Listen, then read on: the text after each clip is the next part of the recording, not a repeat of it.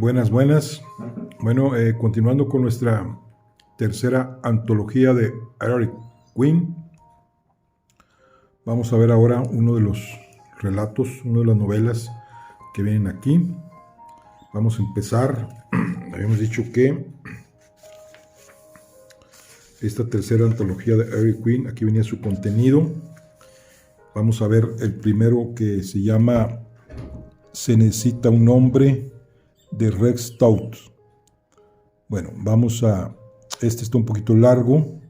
Vamos a ver este número 2, que se llama El cuarto cerrado, de John Dickson Carr. Es una novela detectivesca. Vamos a ver, página 56. Aquí está. Vamos a leer novela del cuarto cerrado de John Dickson Carr. Pero antes vamos a ver primeramente quién es el autor de esta gran novela. John Dickson Carr, este personaje nació el 30 de noviembre de 1906 y falleció el 27 de febrero de 1977.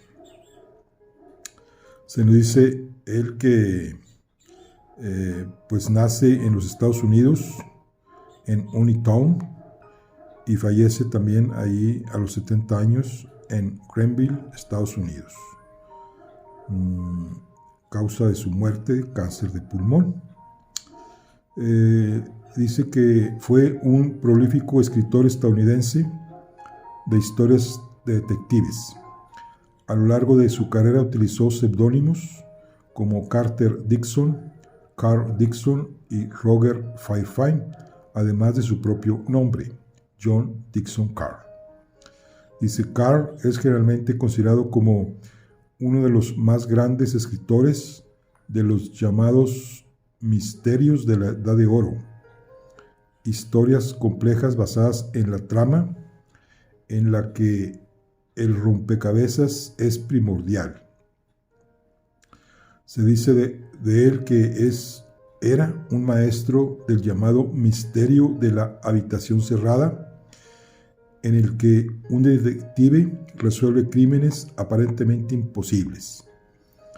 El misterio del Dr. Fell de Halloween Man, 1935, Los tres ataúdes en la edición española.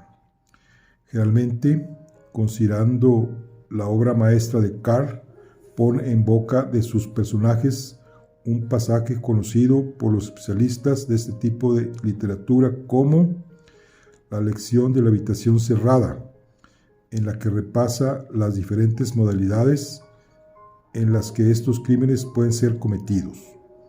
Se dice que ha sido seleccionado en 1981 como el mejor misterio de habitación cerrada de todos los tiempos por un panel de 17 autores y críticos de misterio. Y no más. Dice que fue influido por las obras de Gaston Leroux y las historias del padre Brown de G. K. Chesterton. Carr se inspiró en este último para crear su más genial detective, el orondo lexicógrafo, el doctor Gideon Falls. Es el protagonista, digamos, de esta novela.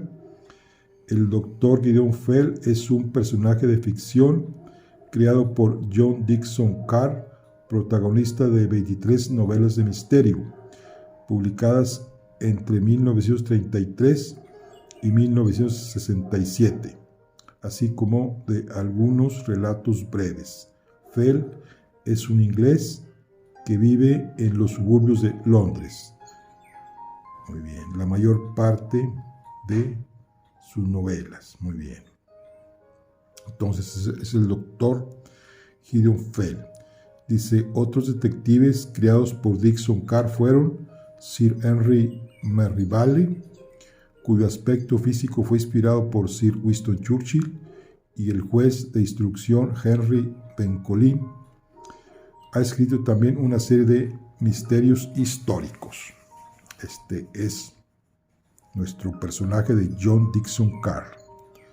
Dice: Carr, residente de Inglaterra durante varios años, a menudo se agrupa entre los escritores de misterio al estilo británico.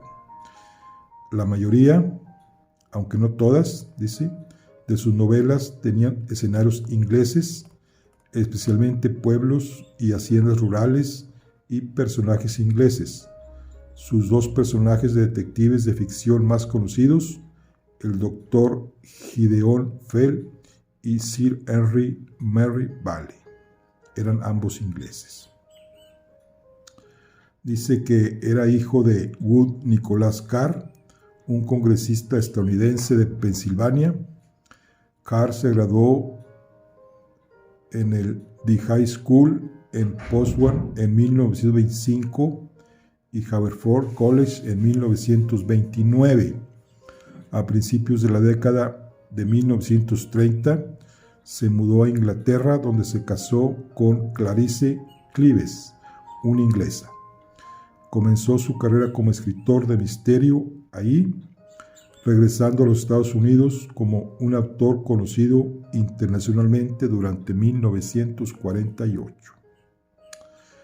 En 1950, su biografía de Sir Arthur Conan Doyle le valió a Carr el primero de sus dos premios especiales, Edgar de Mystery Writers of America. El segundo fue otorgado en 1970, en reconocimiento a sus 40 años de carrera como escritor de misterio. También recibió el premio de Gran Maestro de la MWA en 1963. Carr fue uno de los dos únicos estadounidenses admitidos en el British Detection Club. Dice: a principios de la primavera de 1963, mientras vivía en Mamaroneck, Nueva York, Carr sufrió un derrame cerebral que le paralizó el lado izquierdo. Continuó escribiendo con una sola mano y durante varios años contribuyó con una columna regular de reseña de libros de detectives y de misterio, The Jury Box, en la revista Mystery de Ellery Queens. Carr finalmente se mudó a Greenwich, Carolina del Sur, y murió ahí de cáncer de pulmón el 28 de febrero de 1977. Bueno, además de esta obra de El Cuarto Cerrado que vamos a leer, tiene también algunas otras obras, como son El Tribunal de Fuego, Sangre en el Espejo de la Reina, Los Crímenes de la Viuda Roja, La Noche de la Viuda Burlona, Mansión de la Muerte, Murió como una dama, Muerte en 5 cajas, El Hombre Hueco, publicado posiblemente en Estados Unidos con el título de Los Tres Ataúdes, Hasta que la muerte nos separe, Los Anteojos Negros, El crimen de las figuras de cera, La sede de la soberbia, El 8 de espadas, El que susurra, Las 4 armas falsas, El barbero ciego, Mis mujeres muertas, Los suicidios constantes, La ventana de Judas, La tabaquera del emperador, La muerte acude al teatro, entre otras.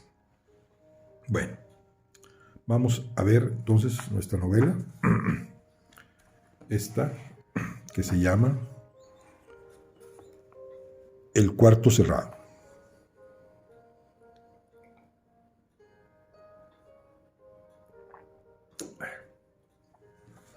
Iniciamos. Dice, este es el título perfecto para una historia escrita por John Dickson Carr, con el Dr. Gideon Fell como protagonista. Un problema complicado, un asesinato con características extraordinarias, en fin, crimen increíble. Sorprendente, ingenioso, pero al fin de cuentas perfectamente posible. Tal vez se haya usted enterado de los hechos. Francis Seaton fue encontrado tendido en el piso, detrás de su escritorio, moribundo, con una fractura en la cabeza. Le habían golpeado 3 veces en la parte posterior del cráneo, con una macana. Su caja fuerte estaba saqueada. El cuerpo fue descubierto por su secretaria Iris Lane y su bibliotecario, quien, según la cortés frase periodística, estaba siendo interrogado. Hasta ahí, todo era común y corriente. Nada había en el relato del ocurrido que justificase la indignación del superintendente Hadley del Departamento Central de Investigación, ni por qué a las 10 de una espléndida mañana de junio se hallaba llamando a la puerta del doctor Gideon Fell en Chelsea.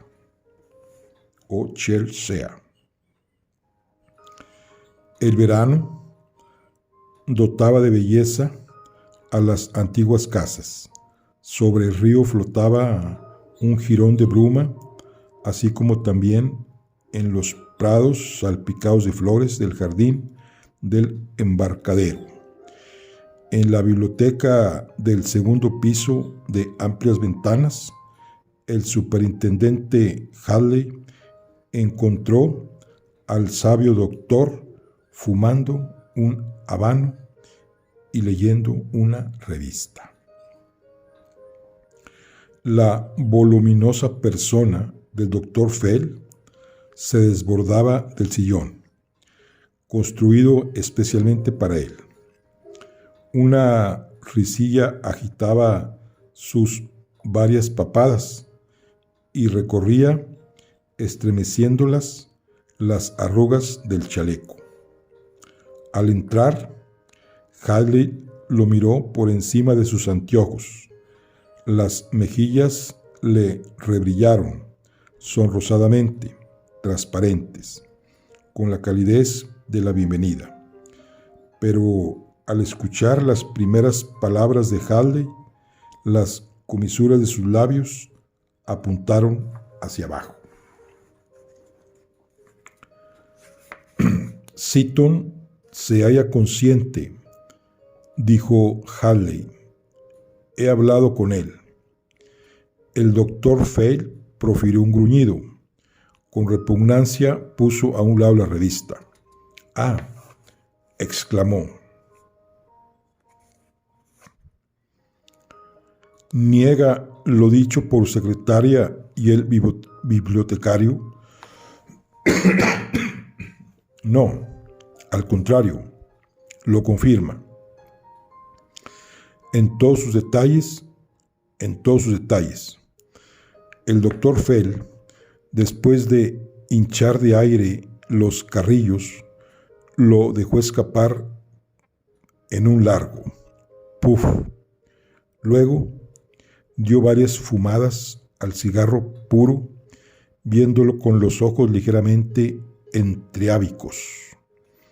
Su voz sonora y profunda bajó de volumen. ¿Sabe una cosa, Hadley?, murmuró. Ya me lo esperaba. Pues yo no, dijo este con sequedad. No y no.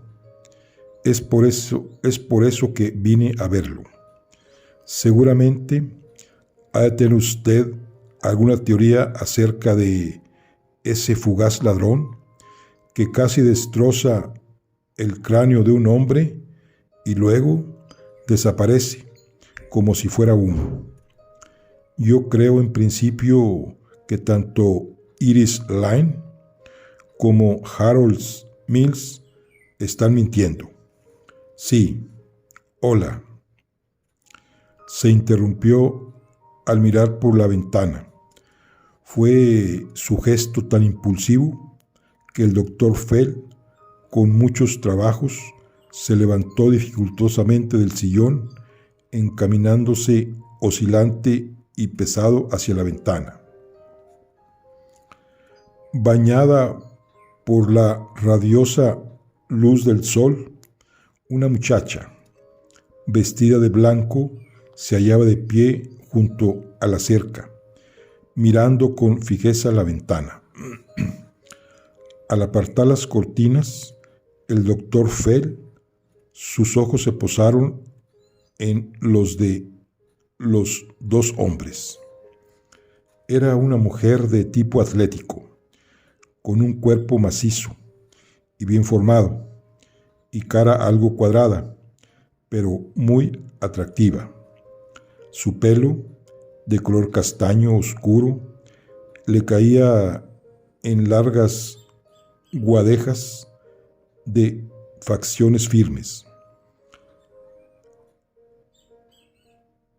Los ojos eran cafés claro y su rostro tostado por el sol, de facciones firmes.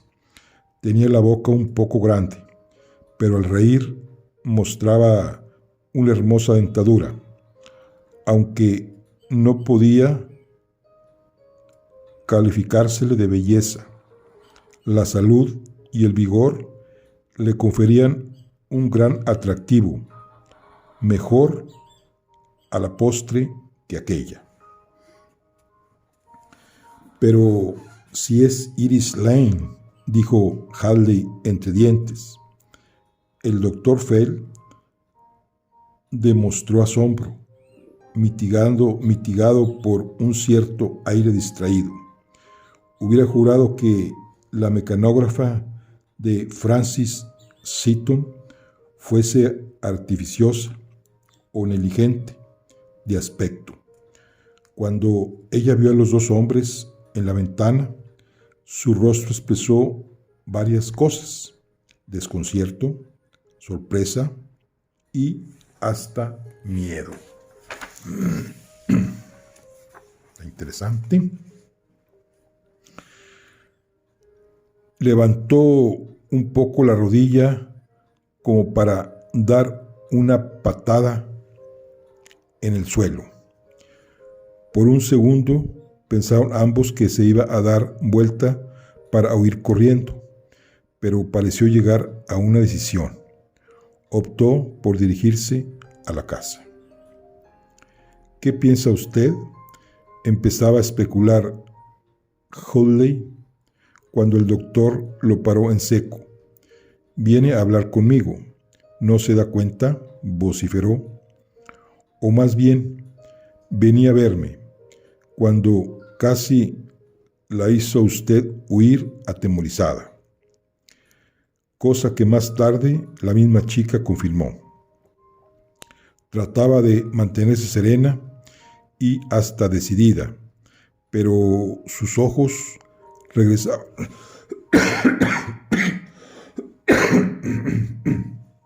Pero sus ojos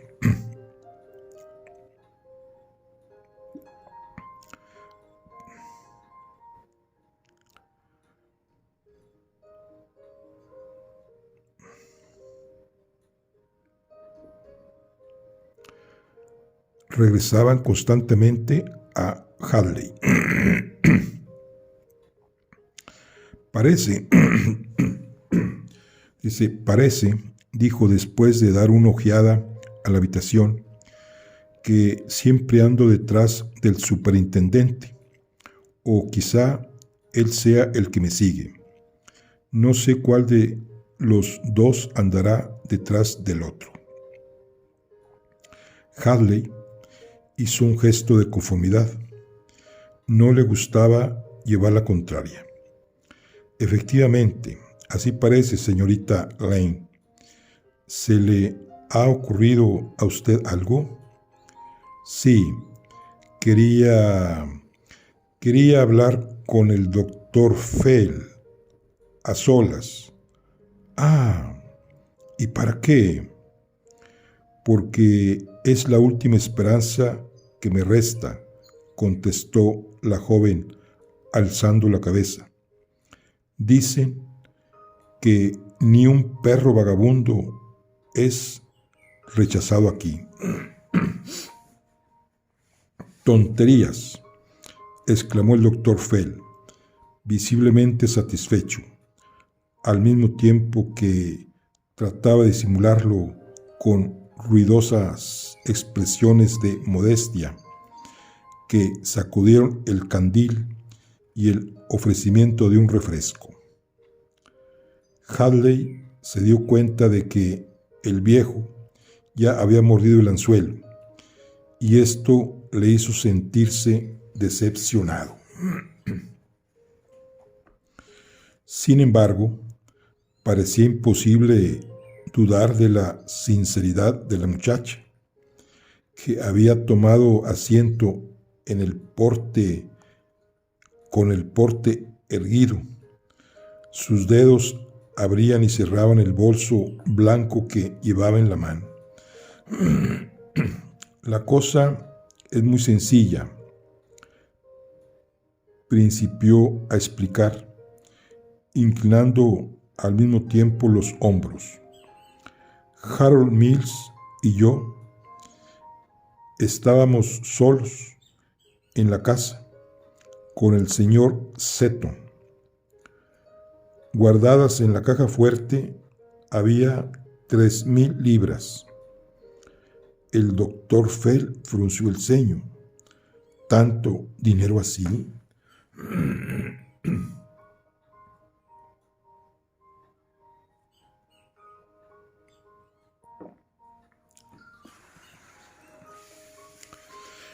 Es que el señor Seton pensaba salir de viaje.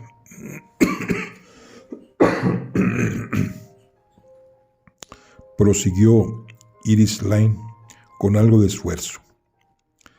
Tenía proyectado permanecer 1 año en California. Siempre tomaba súbitamente sus decisiones, así, y tronó los dedos.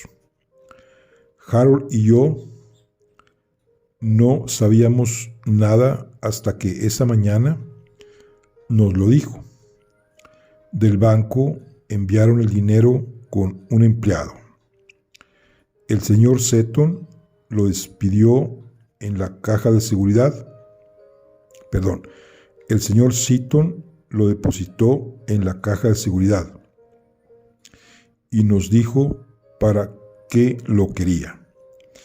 Eso significaba para nosotros la pérdida de nuestros empleos. Y hecho este preámbulo, entró de lleno en su relato.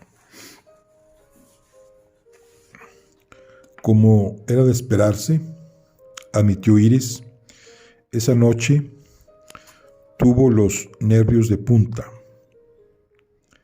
debido a que se quedaba sin trabajo de buenas a primeras.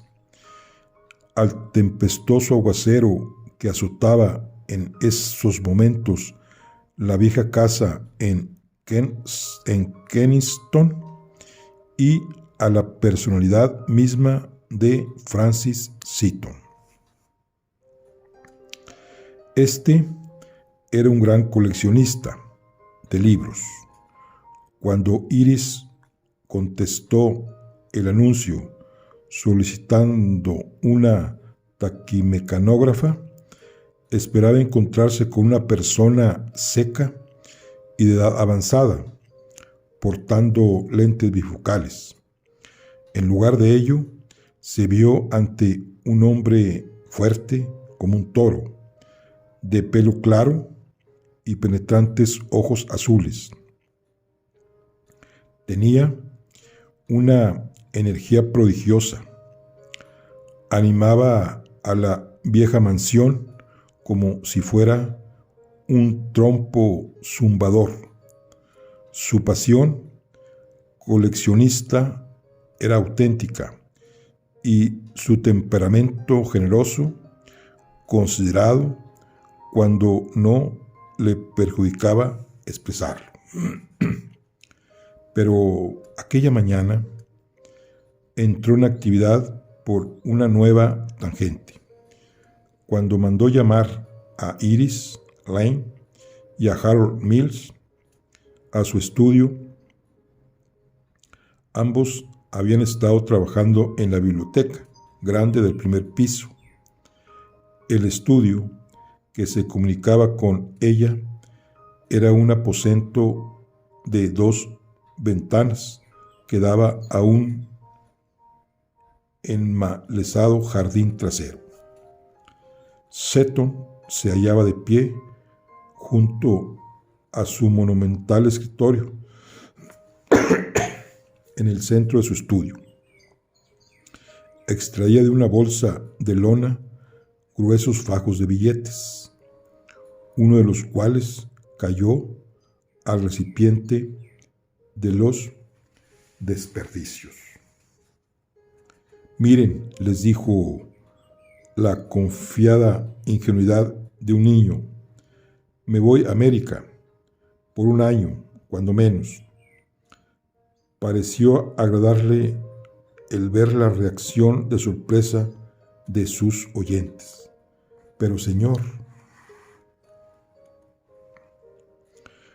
comenzó a decir Harold Mills, es la crisis, prosiguió Seton apuntando a un periódico, la crisis, y señaló otro más, estoy aburrido de ella. California es un lugar indicado para mí. Bosquecillos de naranjos y brisa marina. Por lo menos así rezan los folletos. Además, quiero hacer enojar al viejo Jackson con mi Venus y Adonis de 1593 y el infolio de 1623. En su frente aparecieron arrugas de preocupación. Voy a verme obligado a prescindir de sus servicios, dijo con acento apesadumbrado. Me hubiera gustado llevarlos a los dos conmigo, pero no puedo. Lo siento mucho, mas así son las cosas. Les daré un mes de salario. Diantres, mejor 2 meses. ¿Qué les parece?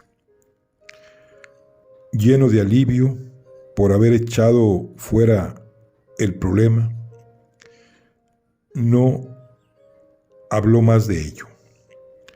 Reunió los fajos de billetes, recogiendo el que se había caído en el canasta. Se le enrojeció la cara al inclinarse. El doctor Goodall le había advertido que padecía de alta presión arterial, pero al enderezarse recobró toda su energía. Adosada a la pared se hallaba una pequeña caja fuerte. Seton la abrió con una llave y, depositando el dinero en su interior, guardándolo antes en una caja metálica, volvió a cerrarla. De modo vago, Iris notó que las denominaciones de los billetes anotadas en las tiras de papel que los envolvían eran 1, 5, 10 y 20 libras, casi una pequeña fortuna.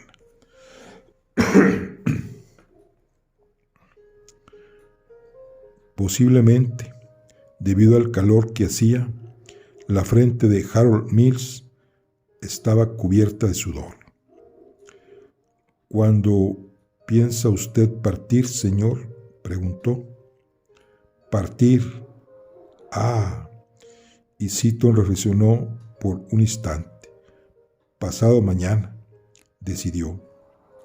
Pasado mañana. Sí, el sábado, aclaró Seaton. Siempre hay un barco a la mano. Eso es el sábado. Pero, ¿y su pasaporte?, replicó Iris. Está en perfecto orden, repuso Seaton con frialdad. La palabra que cruzó por la mente de Iris como un relámpago fue robar. No puedo evitarlo. Hay ocasiones en que cualquier persona, a la vista de una considerable cantidad de dinero, así, de golpe, siente que los dedos le hormiguean y se despiertan en ella fantasías de cosas que pudieran ser. Como explicó posteriormente a la policía, no tomó en serio el impulso, pero la provocación fue grande. Apenas el día anterior todavía se sentía segura. Una semana antes regresó de unas vacaciones en Cornwall, donde había pasado las horas sin hacer nada, salvo descansar tendida en las amarillentas arenas de la playa, enfundada en un traje de baño color limón, y sentir el contraste entre el sol acariciando sus hombros y el deslizarse por su cuerpo entero, el frío vigorizante del agua del mar. El futuro ya se cuidaría de sí mismo. Pero había algo más.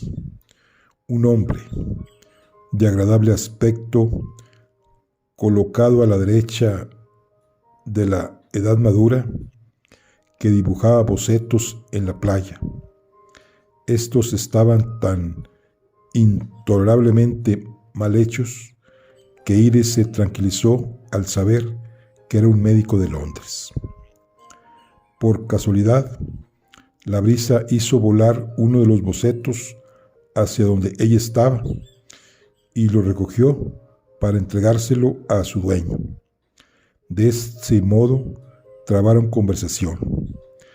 El azar hizo que su nuevo conocido, de nombre Charles Goodhall, fuese el propio doctor de Francis Seaton.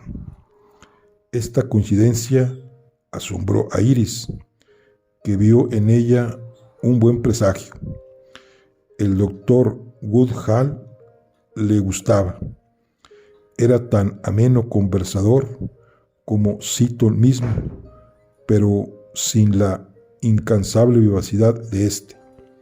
Sabía bien cuándo guardar un confortable silencio.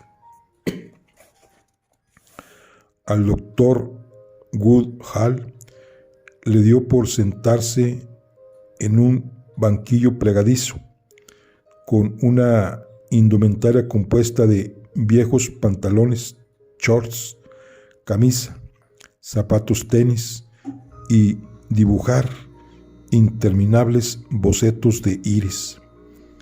De sus labios pendía siempre un cigarrillo, parpadeaba al entrarle humo en el ojo, y en las comisuras de los ojos se le ahondaban burlonas arrugas que se prolongaban casi hasta las sienes, ligeramente grises. Entre tanto, hablaban. Él tocaba todos los temas que puede haber en la tierra, el cielo y el mar. También pedía siempre perdón por lo mal hecho de sus bocetos, pero Iris, aunque de acuerdo con él, en secreto, los guardaba todos. Así, Transcurrieron las 2 semanas de vacaciones. Quedaron de volverse a ver en Londres, y ella contaba con un buen empleo al cual regresar. El futuro se avisoraba placentero hasta que Francis Seaton echó todo a rodar aquella mañana.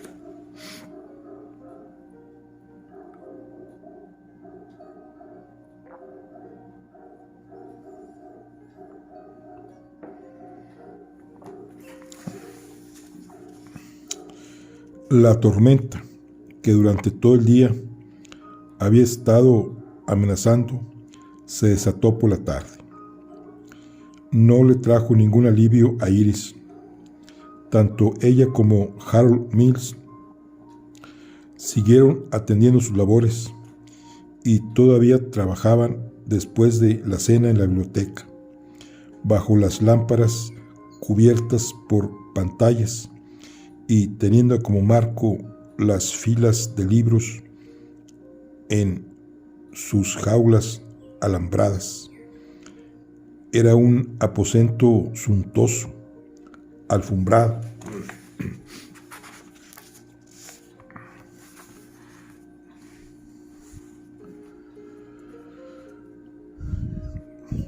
con un grueso tapete como todos los demás cuartos de la casa, pero estaba saturado de humedad. A Iris le dolía la cabeza.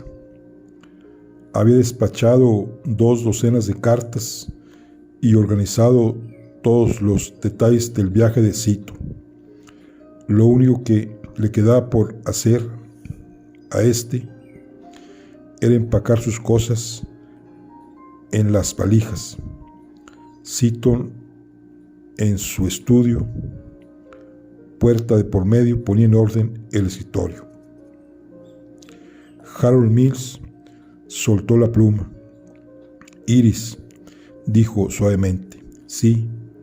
Mills lanzó una ojeada a la cerrada puerta del estudio y siguió hablando con más suavidad aún.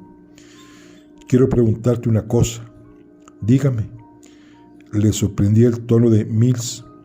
Se hallaba sentado ante su propio escritorio, a alguna distancia de ella, con una lámpara encendida a la izquierda. La luz producida por esta caía sobre su pelo claro y lacio, peinado cuidadosamente, e iluminaba también su rostro de tinte serio.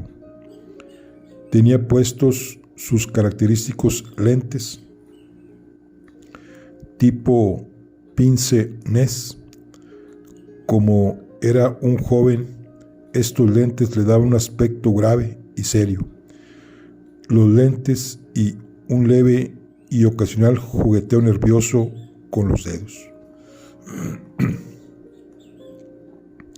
Casi con violencia le brotaron las palabras siguientes. Quiero preguntarle si está usted en buenas condiciones. Me refiero al aspecto económico. Oh, sí. Ella no lo sabía con certeza, ni siquiera lo había pensado. El doctor Woodhouse había dicho que iría a ver a Seaton esa noche. Eran cerca de las 11. Seaton, quien siempre afirmaba que su inmensa vitalidad era consecuencia de la regularidad de sus hábitos, llevaba una vida tan precisa como el reloj sobre la chimenea. A las 11 fumaba el último de los 10 cigarrillos que se permitía durante la jornada diaria, y tras de beber su único whisky con soda, se retiraba para acostarse a las 11:30 en punto. Si el doctor Woodhull no se apresuraba, el dolor de cabeza de Iris iba en aumento. Mills seguía hablando, pero ella no le escuchaba. De pronto, con un estremecimiento, volvió a la realidad. Perdóneme, no entendí bien. Decía yo, repitió Mills con cierta nerviosidad, que siento marcharme por varias razones. Lo mismo yo, Harold. No me comprende. Mi trabajo es de tipo especializado. No me será conseguir otro pronto. Y al decir esto, enrojeció. No me refiero a eso. No me estoy quejando.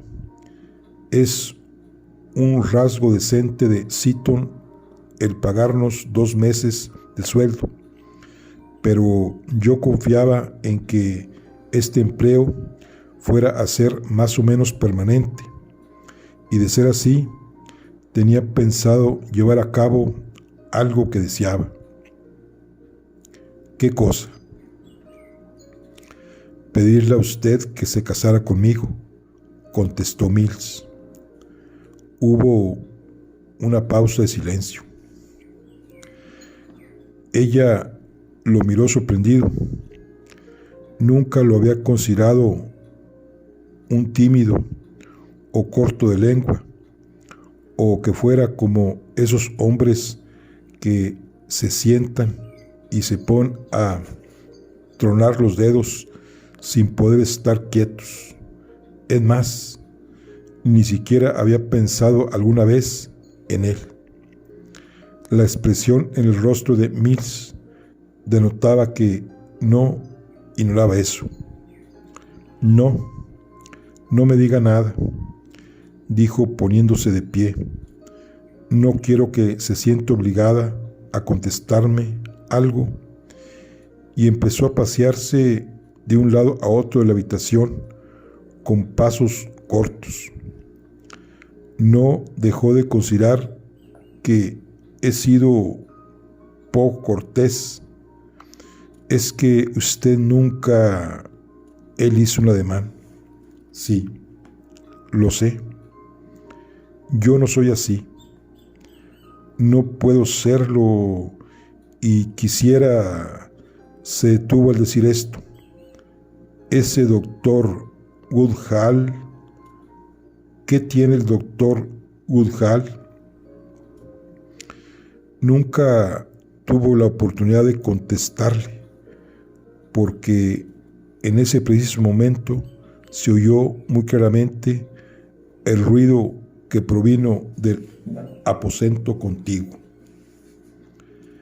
Cuando trataron de describirlo, no pudieron decir si había sido un grito, un gemido o el principio de palabras incoherentes. Probablemente fue una mezcla de las 3 cosas. Siguieron una serie de sordos golpes, algo así como los producidos por la aplanadora del carnicero al caer sobre la carne extendida en el bloque de madera. A esto sucedió el silencio, apenas roto por el distante murmullo de la lluvia. Este fue el relato que hizo Iris Lane en la casa del doctor Fell. Tanto este como el superintendente Hadley lo escucharon con la mayor atención, aun cuando ya lo habían oído en varias ocasiones. No nos imaginábamos qué podía haber sucedido, prosiguió Iris con un encogimiento de hombros. Le hablamos al señor Seaton, pero no contestó. Hicimos el intento de abrir la puerta sin conseguirlo.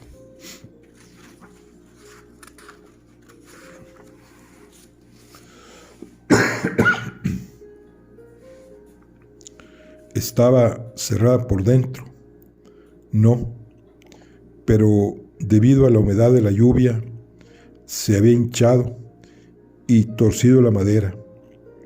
Harold trató de abrirla, mas sin resultado alguno, hasta que tomando carrera, le dio un empellón. No había nadie en el estudio, prosiguió diciendo, excepto el señor Cito. De eso estoy segura, porque me encontraba temerosa de que hubiera ahí algún extraño. El aposento estaba brillantemente iluminado. Hay un candil de bronce con velas eléctricas que pende sobre el escritorio en el centro del cuarto. Además, una luz encendida en el guardarropa, que en realidad no es otra cosa que una alacena que contiene un lavabo y el cual se abre al estudio. De una sola ojeada pude abarcar todo. Tampoco había alguien escondido. Hizo una pausa, visualizando la escena en su memoria. Francis Seaton estaba tendido, inconsciente, en el suelo, al extremo opuesto del escritorio, entre este y las ventanas. Le salía sangre de la nariz. En la orilla del escritorio ardía el cigarro que fumaba, chamuscando la madera de caoba y produciendo un olor acre. El sillón del escritorio y una pequeña mesa se hallaban volcados. En la gruesa alfombra gris se veía una mancha causada por el contenido del vaso. Este se había caído juntamente con un botellón de cristal que, por tener puesto el tapón, no había dejado escapar el licor que contenía, y un sifón con bandas metálicas cruzadas a su alrededor. Seaton se quejaba. Cuando lo movieron, poniéndolo de costado, encontraron el arma. Esta era una especie de macana de madera hueca, rellena con plomo, dijo Iris. La veía vívidamente, como si en esos momentos la tuviera ante sí sobre la alfombra. Su longitud, de 15 o 18 centímetros, pero pesaba cerca de medio kilo. Harold, que hizo en un tiempo estudios de medicina, le palpó la parte de atrás de la cabeza y entonces me dijo que llamara pronto al doctor. Yo había retrocedido hasta las ventanas, eso lo recuerdo muy bien. Las cortinas no estaban corridas por completo. Percibía el tamborileo de la lluvia en la ventana a mi espalda. Me volví a mirar, temiendo que pudiera ocultarse alguien detrás de las cortinas. Las descorrimos en ambas ventanas y fue cuando nos dimos cuenta de la escalera. Está apoyada en la ventana derecha, desde el jardín abajo. En ese momento noté algo que puedo jurar, juraré y seguiré jurando hasta que ustedes me lo crean. Pero dejémoslo a un lado por ahora. Para seguir con mi relato, corrí al teléfono para llamar al doctor Woodhull, pero no fue necesario, porque lo encontré que subía la escalera en el vestíbulo. Pero hubo varias cosas que Iris cayó. No dijo cuán consolador había sido para ella ver el inteligente e incomprensivo rostro del doctor Woodhull.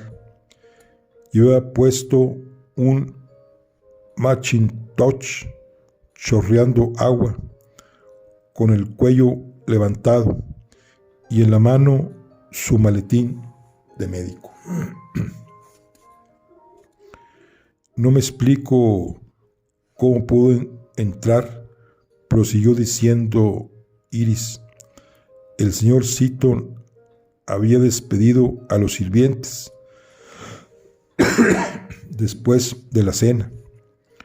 Probablemente la puerta de entrada quedó abierta. Como quiera que sea, me saludó. Hola, ¿ocurre algo? Creo que le contesté. Sube pronto. Sucedió algo terrible. No hizo comentarios. Tras de que examinó al señor Seaton, nos dijo que se trataba de una conmoción cerebral debido a varios golpes muy fuertes que le habían sido dados en la cabeza.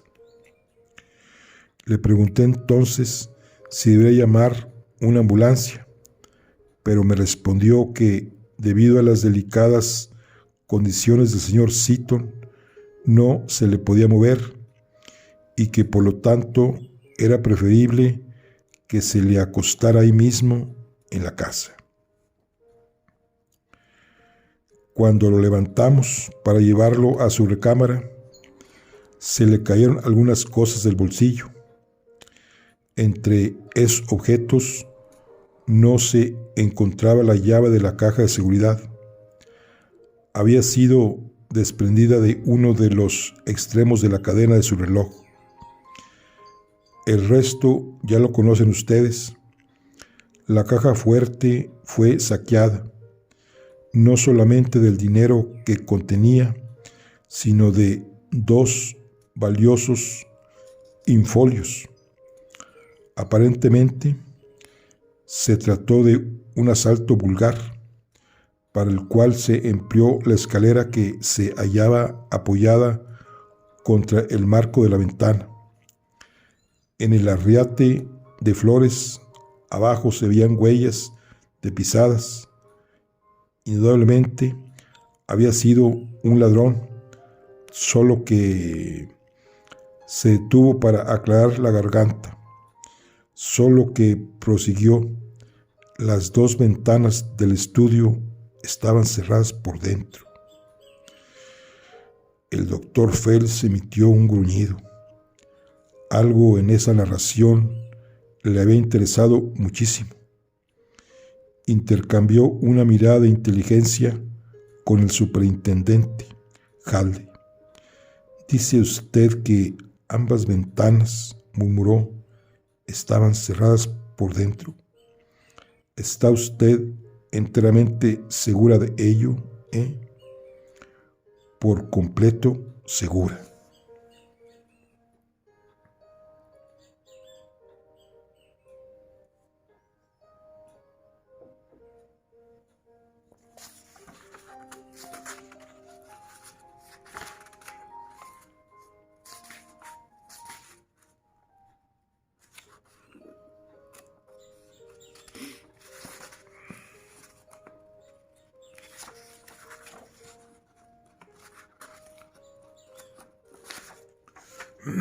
Prosigamos.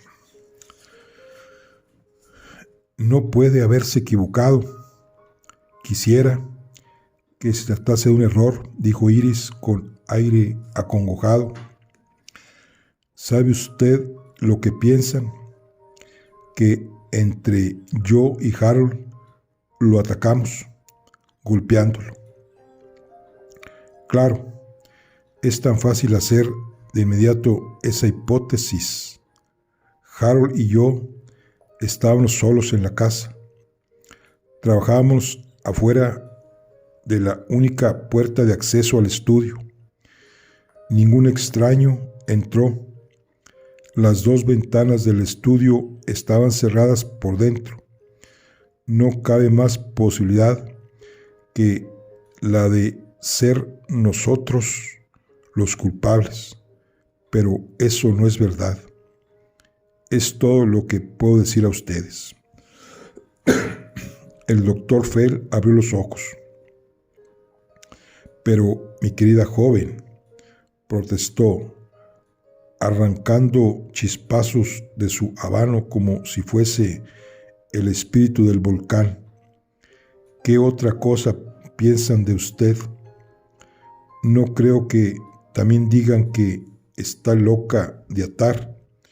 Supongamos que ustedes dos pusieron la escalera apoyada en la ventana. Supongamos asimismo que entre los dos planearon simular el asalto. Serían ambos tan tontos como para afirmar hasta bajo juramento que las ventanas estaban cerradas por dentro, echando con ello por tierra lo tramado. Un momento, exclamó el superintendente Hadley con brusquedad. Hadley estaba derrotado, y lo sabía bien, pero era imparcial. Seré franco con usted, señorita Lane, agregó. Antes de que usted viniera aquí, le estaba yo diciendo al doctor Fell que el señor Seaton se encuentra consciente. Estuvo hablando conmigo y el señor Seaton confirma el relato de usted con todos sus detalles. La releva, así como a Mills, de cualquier culpabilidad en el ataque. Iris no dijo nada. Sin embargo, los dos hombres vieron que palidecía debajo del tostado del sol. Afirma, prosiguió Hadley, en medio de un completo silencio, que estaba sentado ante su escritorio, dando el frente a la puerta de la biblioteca. Jura que los oía a usted y a Mills conversando en aquella. Por supuesto, se encontraba de espaldas a las ventanas.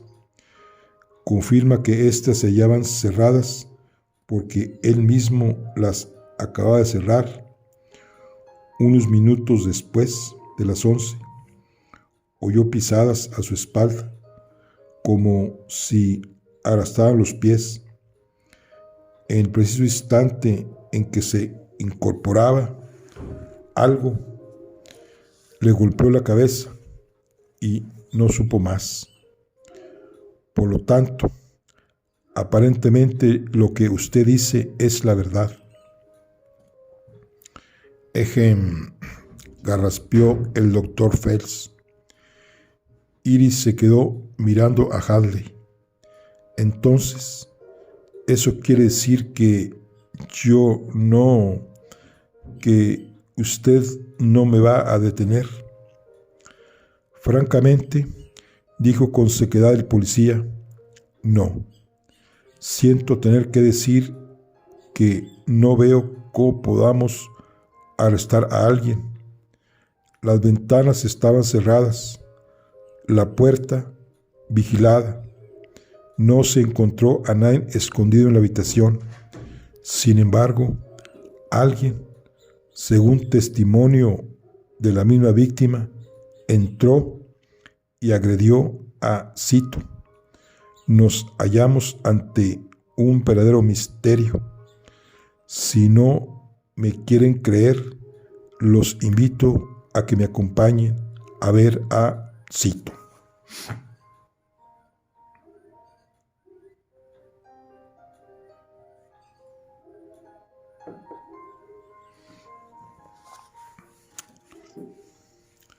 Francis Seaton vivió y casi murió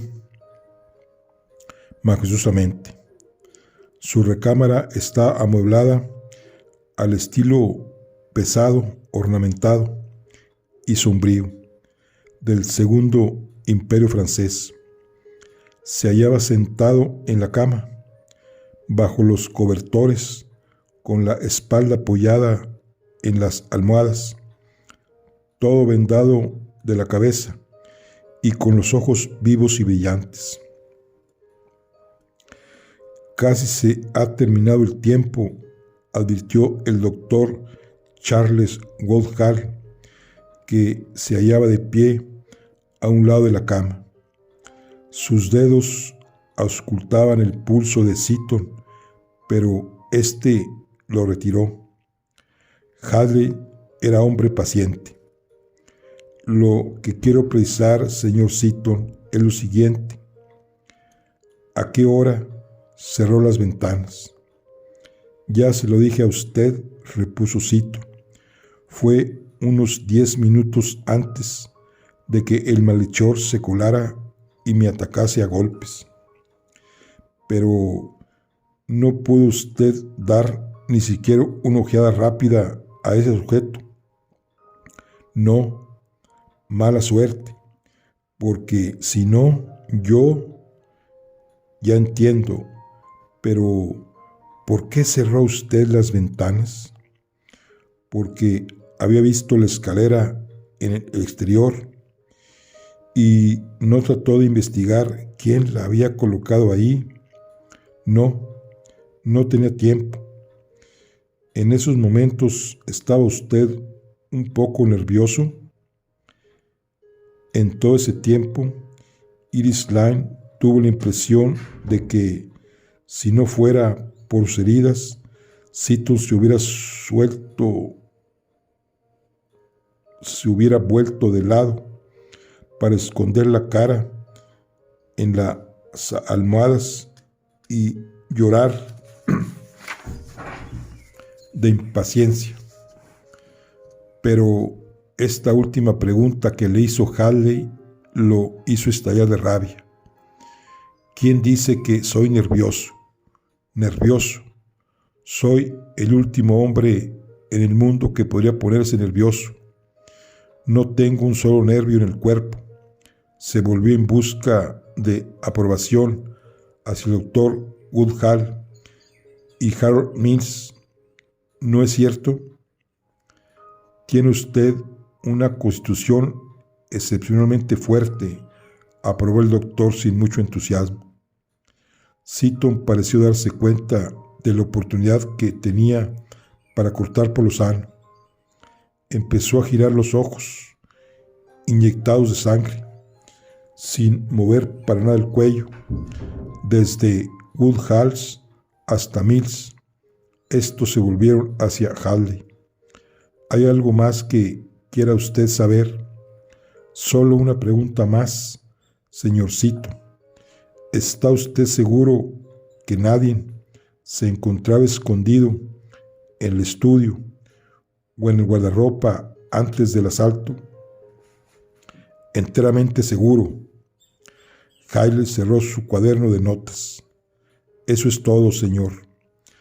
Nadie escondido, ni antes ni después. No creo en fantasmas y por lo tanto toda esta cosa parece imposible. Hablaba con calma. Perdóneme, señor Seaton, pero ¿está usted seguro de haber sido atacado? Perdóneme a mí, interrumpió una nueva voz, tonante, pero a la vez apenada.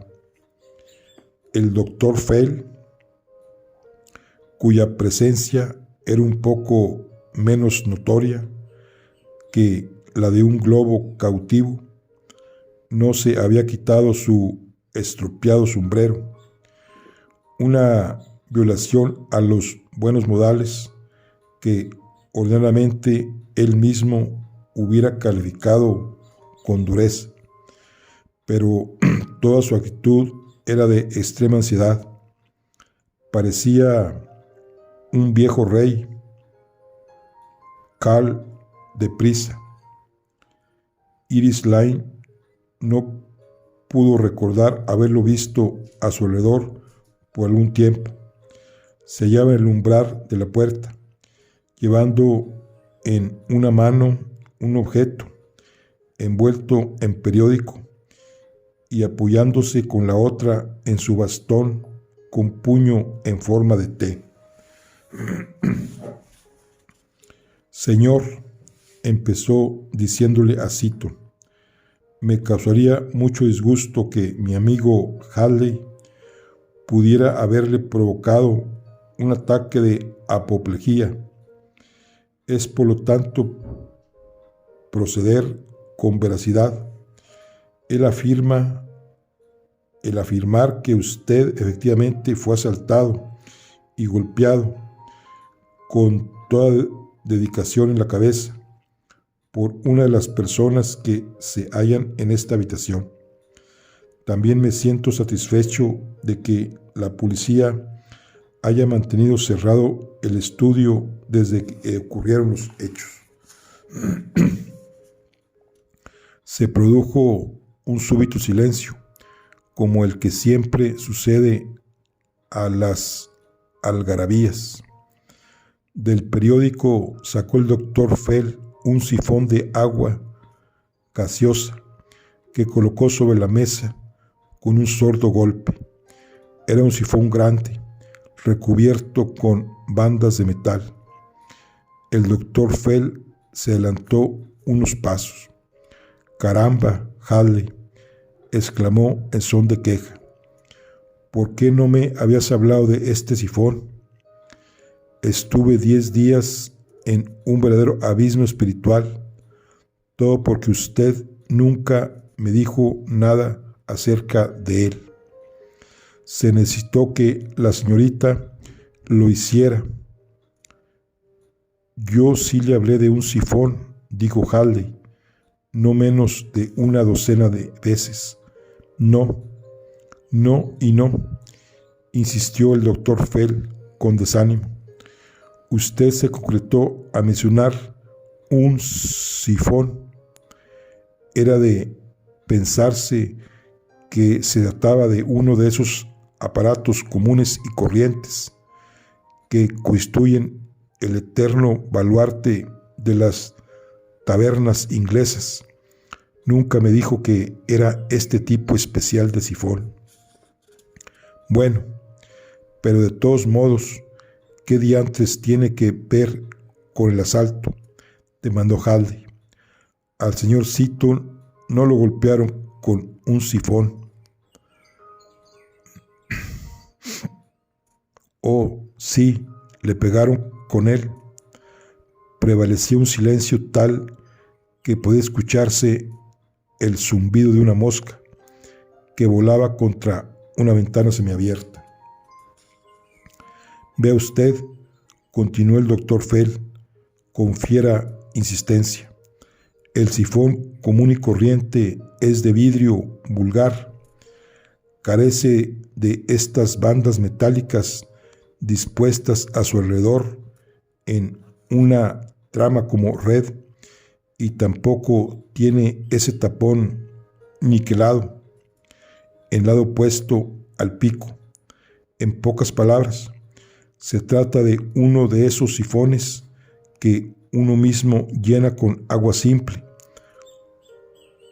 convirtiéndola en gaseosa mediante cápsulas de aire comprimido». La luz se hizo en el cerebro del superintendente Hadley. «Ah», dijo con una risilla al doctor Fell, «ya comprendo, ¿verdad? La policía, cumpliendo con su rutina ordinaria, examinaría minuciosamente los residuos de un vaso de whisky o en cualquier recipiente de licor que se encontraran en el teatro de algún delito, pero nunca se detendría a pensar 2 veces en un sifón, porque cuando es de los ordinarios no es posible trasegar su interior, y sin embargo, con mil diantres, en el caso de este precisamente sí se puede. El doctor Phelps olfateó el aire. Luego, oscilando, se trasladó hasta la mesita de noche para recoger un vaso. Regresando a la mesa de centro, sirvió agua gaseosa en él, que probó con la punta de la lengua. Yo creo, señor Harold Mills, dijo, que sería mejor se declarase usted culpable de robo y homicidio frustrado. El doctor Fell reía al sentarse en la biblioteca de su casa en Chelsea. ¿De modo que todavía no comprenden cómo estuvo la cosa?, preguntó. Yo sí, dijo el doctor Woodhull. Pues yo no, replicó Iris Lane. Toda la estratagema, siguió diciendo el anfitrión, estuvo basado en el hecho de que esa clase de gotas que quitan el sentido, llamadas Mickey Fine, produce en la víctima exactamente la misma sensación como si se le golpease en la cabeza, una súbita explosión de dolor, un fuerte zumbido en los oídos y una casi instantánea pérdida del conocimiento. Mills tuvo no menos de una docena de oportunidades ese día para cargar el sifón aquel de tipo rellenable con la droga. Él sabía bien, como todos ustedes, la hora precisa en que Francis Seaton acostumbraba a beber su único whisky con agua gaseosa en el día. Mills retiró oportunamente lo que deseaba de la caja fuerte. Después colocó una escalera en el exterior para simular que el asalto había sido llevado a cabo por un malhechor vulgar. Hecho esto, todo lo que le quedaba era esperar a que dieran las 11. A esta hora, Seaton bebió el brebaje, dio un grito y se desplomó, arrastrando consigo algunos objetos que cayeron en la alfombra. Como todo, el efecto de dicha droga depende de un violento flujo de sangre al cerebro. Quien padezca de alta presión arterial seguramente sangraría también de la nariz. Esto proporcionó el toque definitivo de realismo. El doctor Fell gruñó como para sí mismo, abandonando su expresión seráfica. Mills prosiguió diciendo, intencionalmente batalló con la puerta, fingiendo que se hallaba trabada, lo cual no era cierto. Quería dar tiempo para que el ladrón imaginario pudiera saquear la caja de seguridad. Luego entraron, presurosos, los dos al estudio. Cuando volvió de un lado el cuerpo de Seaton, hizo salir de su manga el tubo de madera relleno de plomo que llevaba escondido y lo deslizó por debajo del cuerpo, llamándole a usted después, con aire dramático, la atención sobre él. Enseguida, según recordará, tocó la región occipital del cráneo de Seaton, aparentando horror, y le dijo a usted que llamara por teléfono a un doctor. Como consecuencia de ello, según usted misma podrá recordar, Mills permaneció completamente a solas en el estudio durante algunos minutos. Iris reconsideraba los acontecimientos pasados, tratando de recordar cada uno de sus movimientos durante el desarrollo de los mismos. «¿Quiere usted decir», musitó, que fue entonces cuando él, sí, dijo el doctor Phelps, fue entonces cuando deliberadamente le dio varios golpes en la cabeza al hombre caído e inconsciente para cobrar su plan. Retiró la llave de la caja fuerte de la cadena del reloj de Cito. En el caso de que la policía sospechara del resto de bebida en el vaso, fue y lavó en el lavabo del guardarropa y luego vertió en él unas cuantas gotas del whisky inocuo contenido en el botellón de cristal. Empero no le alcanzó el tiempo para volver a llenar el sifón y cargarlo de gas antes de que regresara usted con el doctor Woodhouse, por lo que decidió dejarlo como estaba. Un pañuelo envolviéndole la mano evitó que dejara huellas digitales. Sin embargo, el azar le dio una buena tunda. El doctor Woodhull hizo un movimiento afirmativo con la cabeza. ¿Se refiere usted, dijo, a que Seaton notó la escalera y cerró por dentro las ventanas? Sí. Y el infortunado Mills vino a darse cuenta de que las ventanas estaban cerradas cuando era demasiado tarde ya. La señorita Lane, como usted mismo se ha de haber dado cuenta, es una joven muy positiva. Revisó las ventanas y vio que estaban cerradas. Se encontraba dispuesta a jurar esa circunstancia